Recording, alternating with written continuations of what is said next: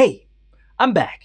And today I want to do a follow-up to my previous video where I talked about scales and arpeggios. And you're probably wondering, okay, why? And in the last video I talked about when you should use it or what are the advantages or disadvantages of using scales versus arpeggios. But today I thought I'd actually show you how to use arpeggios, how I use them, and hopefully an easy way, because when I was starting to play, people told me, like, use arpeggios, but they didn't really explain it and go through it systematically on how to do it. So hopefully I want to do that today.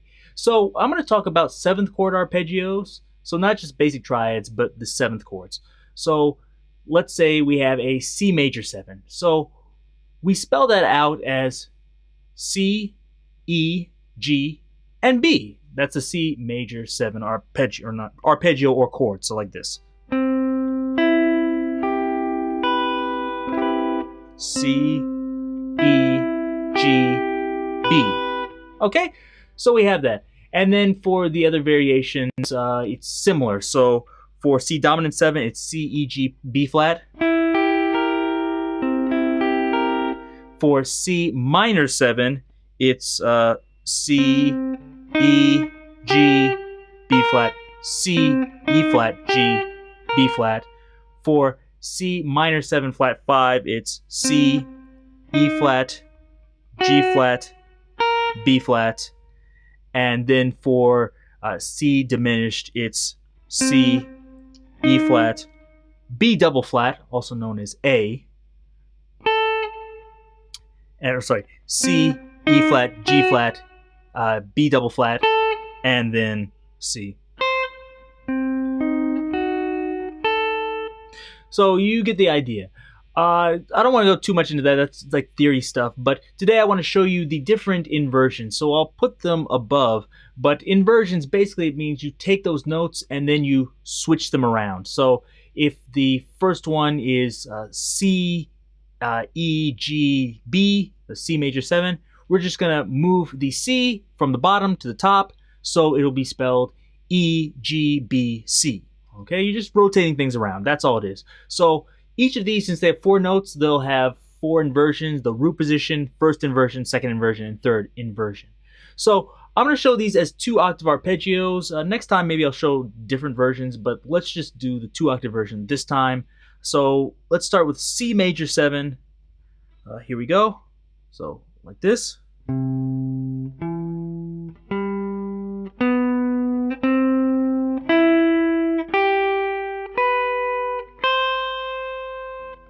Root position. Here's the first inversion.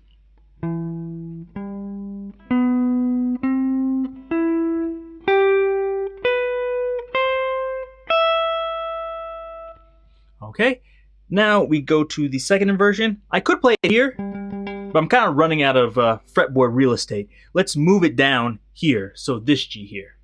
So this is the second inversion.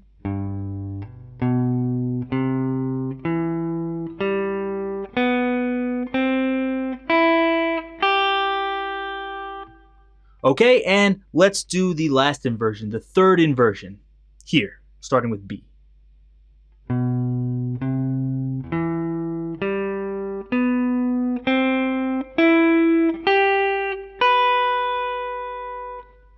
Okay, there we go. Now for this, I think the 2 most important ones are the root position and the second inversion. So those are, I think, are really important. So if you're going to learn something and you have limited time, focus on those 2.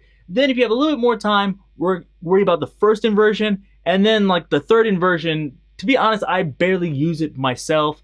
For completeness, if you want to learn it, go ahead, but I think it's not as useful as some of the other ones, so I'm not going to spend too much time on it. But above me, I'll try to have the tablature there and the notes there so you can see what it is. And I'll go through all these. I'm not going to go through every inversion. I'm just going to go through the root position and the second inversion. So I'll do C again. And let me make a note here about the fingering. So on the A string, I'm using my third finger, and there's a reason for that. So I go third finger. Then on the D string, I'm using my middle finger on the B. Third finger on C. On the E, on the G string, I'm using my second finger. And the reason I do that is because if I use my middle finger on this A string,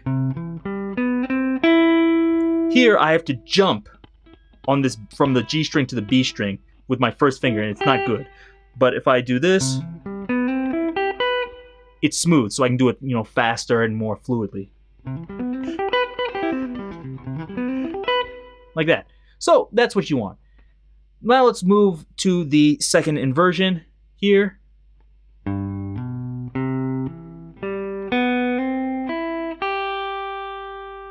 And remember, anything you play on the low E string can be played on the high E string, so you could go all the way to the top here with the B. Okay, just a small little tip. When I practice it, I do it that way. Let's go to the next one. Next one will be C dominant 7. So you play like this.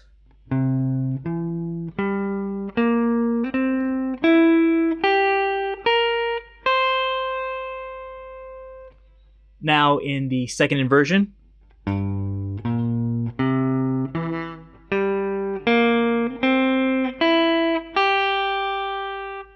So a small note on that, you can either play this on the G string with the first and second finger and do the roll,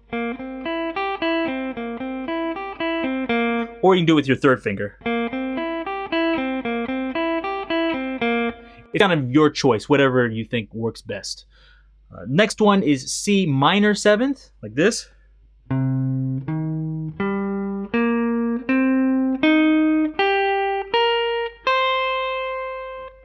Now in the second inversion.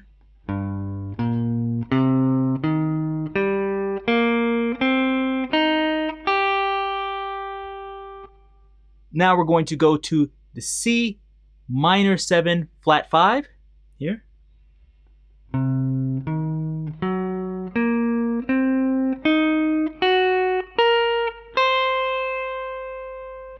This one also has kind of a weird fingering, and it's for the same reason as the major 7th.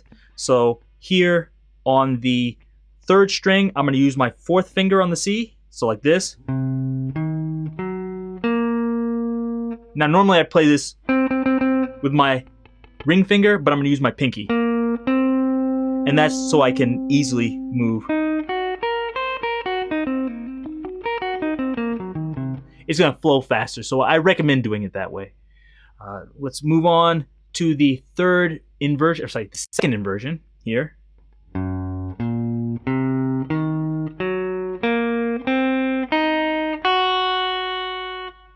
And those are the 4 basic 7th chords. The other ones I could show you, or the other one I want to show you, is just the diminished 7th. And so that looks like this. There's no inversions for this because it's symmetrical. Any way you play it will be okay. But there's 2 different ways that I like to play it. I'll show you. So the first one is like this.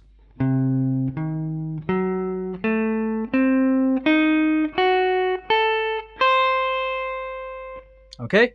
And then we can play it another way. Let's just move over so I'm doing the same thing just slightly differently. You can see it up here someplace.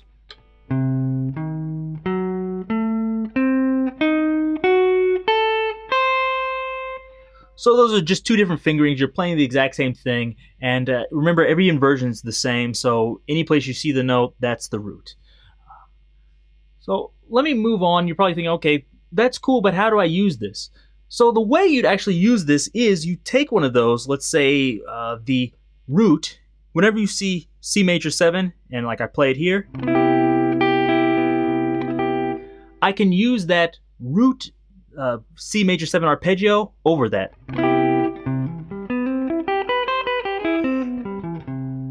Or if I'm playing the chord on the A string, like here, C major 7, I can use the second inversion.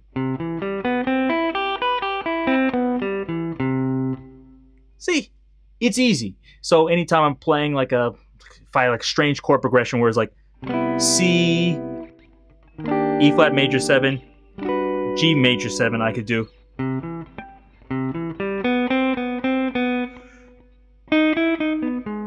Did I say C? Sorry, C, E flat, sorry.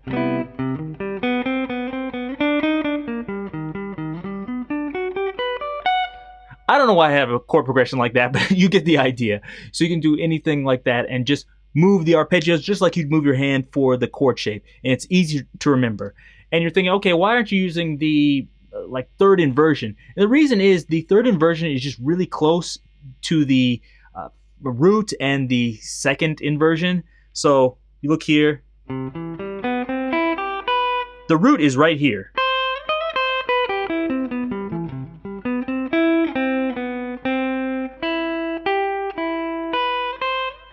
So it's easy to move between them. I don't think I need anything between them. But for example, between the root and the second inversion, there's more space.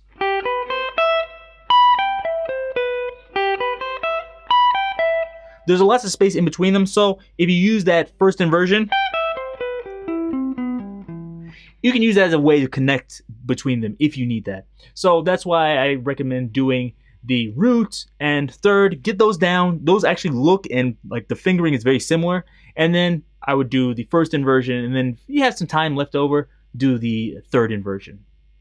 So I'll show you how you'd use this in a song. So I'll try to give you a few examples. First, I'll give you a jazz example. So if you've ever played jazz, you know like the basic chord progression is a 2-5-1. So in C major, that would be D minor 7, G7, C major 7. Right? Now, we play over this, just use those chord tones. So we'll use D minor 7, G7, then C major 7. So all we're doing is replacing the chords with those arpeggio shapes I just showed you. So if you're playing it like a solo, it might sound something like this.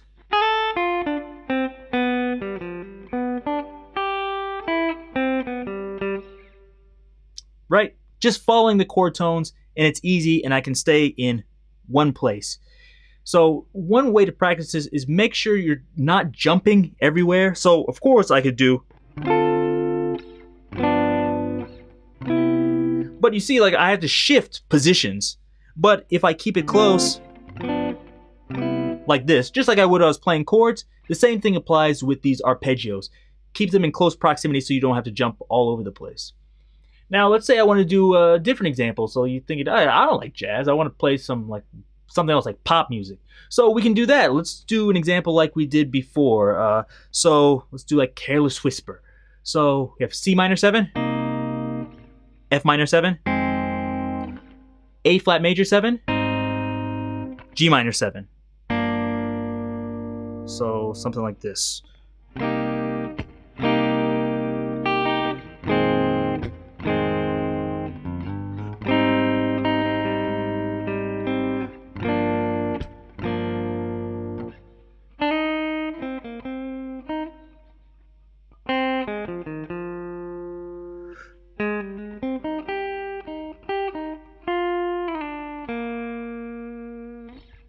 So I'm following the chords, I'm outlining them. All I did was use first this second inversion, C minor, then root position of F minor,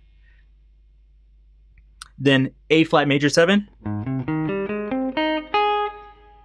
and then finally root position of G minor 7. Okay, and let's do one last example. I know maybe some of you are fans of Allan Holdsworth. I know I am. So let's do The Things You See When You Haven't Got Your Gun by Allan Holdsworth. Let's do the solo section. So the chords for that are A flat major 7, D flat major 7, D flat minor 7, A flat minor 7, A minor major 7, James Bond chord. And you're thinking, hey, you didn't show me how to play that. So that's just an alteration of one of the ones I showed you. So instead of doing the minor 7, just change the 7th up a half step. So instead of, move that up a half. So it sounds like this.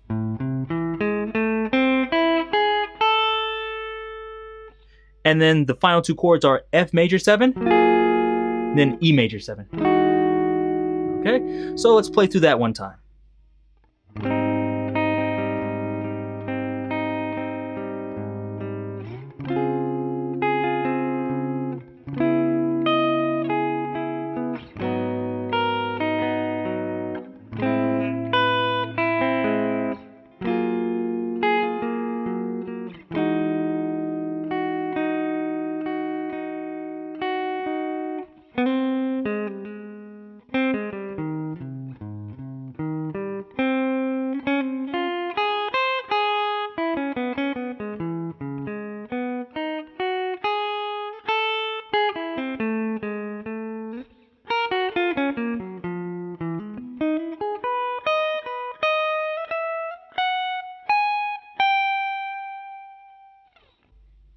Okay, so I'm trying to follow the chords. I think I played almost all chord tones, maybe all chord tones. And so by doing that and just following these, I made it all the way through, and luckily there's no terrible mistakes, just small mistakes. And so you see I use root position here for D flat major 7. I use the second inversion, second inversion of D flat minor 7, root position of A flat major 7, root position of A minor major 7, and then for this is where I use the first inversion of the F sharp major 7, and then root position